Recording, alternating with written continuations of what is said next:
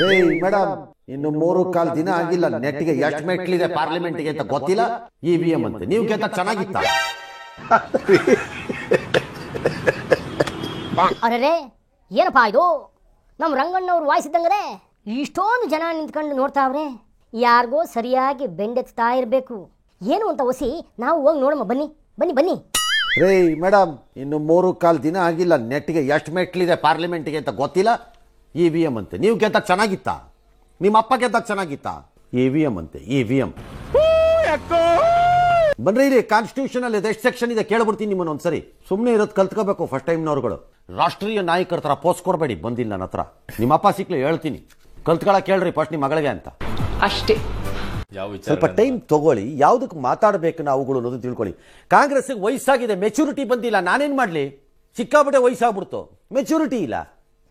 ಎಳೆ ಮಗು ಹತ್ರ ಆಡ್ತೀರಿ ಇನ್ನುವೇ. ಅದೇ ಯಾರ ಹುಡುಗಿ ಇವರು ಮೇಡಮ್ ಹೇಳದಂಗೆ, ಈಗ ಯಂಗ್ ಲೇಡಿ ಅವರು ಬಹಳ ಹೆಂಗಿದಾರ ಅವರು. ಅವ್ರು ಹೇಳ್ದಂಗೆ IVM ಮಿಷಿನ್ ಹೆಂಗ್ ಕೆಲಸ ಮಾಡುತ್ತೆ ಅಂತ ಇವ್ರು ಕೆಲವೊಂದು ಡೆಮಾನ್ಸ್ಟ್ರೇಷನ್ ನೋಡ್ಬೇಕಲ್ಲ. ನಾನು ಸುಮ್ಮನೆ ಬುರ್ಡ ಬಿಡಬಾರ್ದು, ನಿಂತ್ಕೊಂಡು ಸುಮ್ಮನೆ ಇರ್ಬೇಕು. ಯಪ್ಪ ಯಪ್ಪ ಯಪ್ಪ ಯಪ್ಪ ಹಂಗ ಬೈಸ್ಕತಾವ್ರೆ. ಇರಿ ನಾವು ನೋಡೇ ಬಿಡಮ್ಮ. ಕಾಂಗ್ರೆಸ್ EVM ಕಾರಣ ಆಯ್ತಮ್ಮ. ಖಂಡಿತವಾಗಿ ಖಂಡಿತವಾಗಿ ಸ್ವಲ್ಪ ಗೊಂದಲ ಅವರು ಮಾಡ್ತಾ ಇದಾರೆ. ಬೇರೆ ಸ್ಟೇಟ್ಗಳಲ್ಲಿ ಕೂಡ ಸಾಕಷ್ಟು ಏನೋ ಬೇರೆ ಅಟ್ಯಾಕ್ ಮಾಡೋದು, ಅಪೋಸಿಷನ್ ಲೀಡರ್ಸ್ ಇದ್ ಮಾಡೋದು, ಆತರ ಬಹಳ ಇದ್ ಮಾಡ್ತಾ ಇದಾರೆ. ಸೊ ಅದಕ್ಕಾಗಿ ಸ್ವಲ್ಪ ಗೊಂದಲ ಇದೆ ಅಂತ. ರಾಜ್ಯದಲ್ಲಿ 136 ಸ್ಥಾನ ಇದೆ, ಡೆಲ್ಲಿ ಇಲ್ಲಿ EVM ಸರಿ ಇತ್ತು, ಅಲ್ಲಿ ಹೆಂಗೆ EVM ಸರಿ ಇಲ್ಲ ಅಂತ ಇಲ್ಲಿ ನಮ್ದು ಬಂತಲ್ಲ. ಸೊ ಅದಕ್ಕಾಗಿ ನೋಡೋಣ ನಮ್ ರಾಹುಲ್ ಗಾಂಧಿ ಅವ್ರು ಏನು ಹೇಳ್ತಾರೆ. ಓಹೋ, ಈ ಹುಡುಗಿ ನಮ್ಮ ಸಾವುಕಾರ ಮಗಳಲ್ವಾ? ನಮ್ಮ ಸತೀಶ್ ಜಾರಕಿಹೊಳಿ ಮಗಳಲ್ವಾ? ಹೋದ ವರ್ಷ ಚಿಕ್ಕೋಡಿಯಿಂದ ಗೆದ್ದು MP ಬೇರೆ ಆಗವ್ರೆ.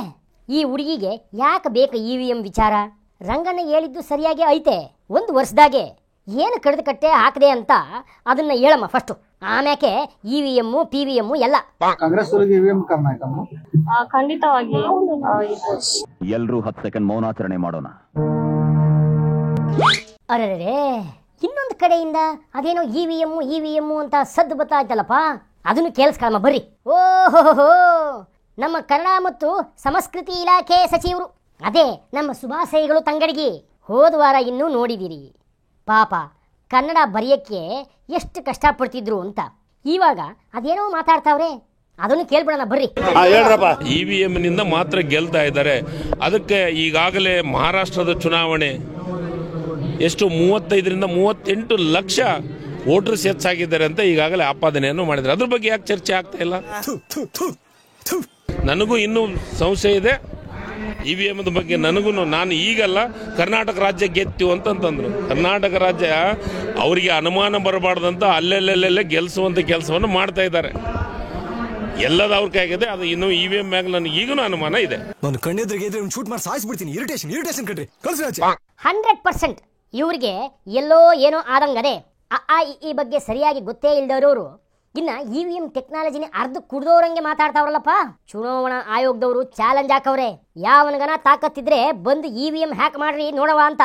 ಅಷ್ಟು ಸಾಕ್ಷ್ಯಗಳಿದ್ದಂದ್ರೆ ಆಯ್ತು, ನಾಳೆಗೆ ನಾವು ತನಿಖೆಯನ್ನು ಮಾಡಿಸ್ತೀವಿ, ಅದ್ರ ಬಗ್ಗೆ ಏನಿದೆ ಮಾಹಿತಿಯನ್ನು ತರ್ಸಂತೀವಿ, ತರದು ನಾವೇನನ್ನೋದನ್ನ ಹೇಳ್ತೀವಿ ಅಂತ ಯಾಕೆ BJP ಹೇಳಕತ್ತಿಲ್ಲ? ಇದುವರೆಗೂ ಒಬ್ಬ ಆಸಾಮೀನು ಆ ಕಡೆ ತಲೆ ಹಾಕಿಲ್ಲ. ಇಲ್ಲಿ ನೋಡಿದ್ರೆ ಅಯ್ಯೋ EVM ನಿಂದ ಸೋತ್ವಿ, ಅಯ್ಯಯ್ಯೋ EVM ನಿಂದ ಸೋತ್ವಿ, ಅಯ್ಯಯ್ಯಪ್ಪೋ EVM ನಿಂದ ಸೋತ್ವಿ ಅಂತ ಒಂದೇ ಸಮ ಗೊಳೋ ಅಂತಾವ್ರಿ. ಸುಪ್ರೀಂ ಕೋರ್ಟ್ ಕೂಡ ಇವರಿಗೆ ಕಪಾಳಕ್ಕೆ ಹೊಡೆದು ಕಳ್ಸೈತೆ. ಇನ್ಮೇಲನ EVM ಬಗ್ಗೆ ಮಾತಾಡದೆ ನಿಮ್ಮ ಕೆಲಸ ಮಾಡಿ ಹೋಗಿ ಅಂತ ಮಂಗಳಾರತಿ ಮಾಡಿ ಕಳ್ಸೈತೆ. ಆದರೂ ಇವ್ರು ಬಿಡಂಗಿಲ್ಲ. ಯಾಕೆ ಗೊತ್ತಾ? ಇವ್ರ ನಾಯಕ ಅವರಲ್ಲ, 55 ಆದರೂ ಯುವರಾಜ ರಾಹುಲ್ ಗಾಂಧಿ ಅವರು ಪದೇ ಪದೇ ಇದನ್ನೇ ಹೇಳ್ತಾ ಇರ್ತಾರೆ. ಇವರು ಅದನ್ನ ರಿಪೀಟ್ ಮಾಡ್ತಾರೆ.